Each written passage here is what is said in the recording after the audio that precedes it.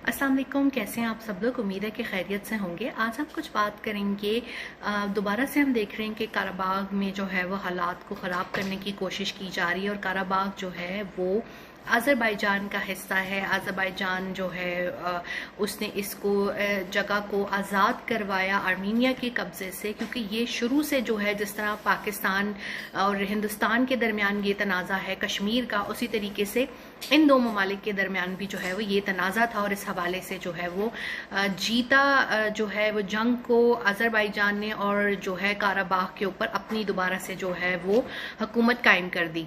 अब वो ये कोशिश कर रहे हैं कि इस जगह पे मुख्तलिफ जो है वो फलाही सरगर्मियाँ की जाएं, इसके साथ यहाँ पर नए प्रोजेक्ट्स का जो है वो इफ्तिताह किया जाए, यहाँ पर स्कूल होने चाहिए, कॉलेजेस होने चाहिए। लेकिन अभी भी कहीं कहीं जगह पर जो आर्मीना के जो मिलिटेंट्स हैं वो क्या करते हैं कि वो ये कोशिश करते हैं कि अमन व अमान को जो है वो ख़राब किया जाए। अब कुछ जो है सोशल मीडिया के ऊपर आर्मीनिया की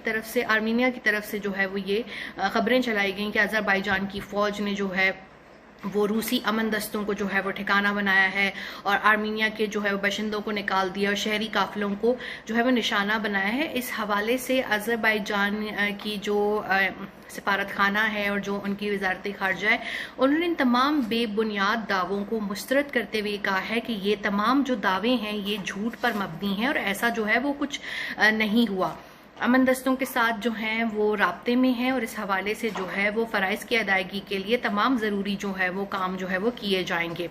दूसरा जो हम ये देख रहे थे कि ये कहा जा रहा था कि शायद जो है कोई सिविलियंस के ऊपर हमले हुए हैं या सिविलियंस को टारगेट किया गया, तो ये भी गलत है। अज़रबैजान ने सिर्फ जो है वो आर्मीनिया के उन फौजी ठिकानों को निशाना बनाया है जहां से दहशतगर्दी की जा रही थी और जहां से जो है वो सिविलियंस को निशाना बनाया जा रहा था, और उनको कामयाबी के साथ अज़रबैजान ने जो है वो उन जगहों को खाली करवाया और इसके साथ साथ उन्हें जो है वहां से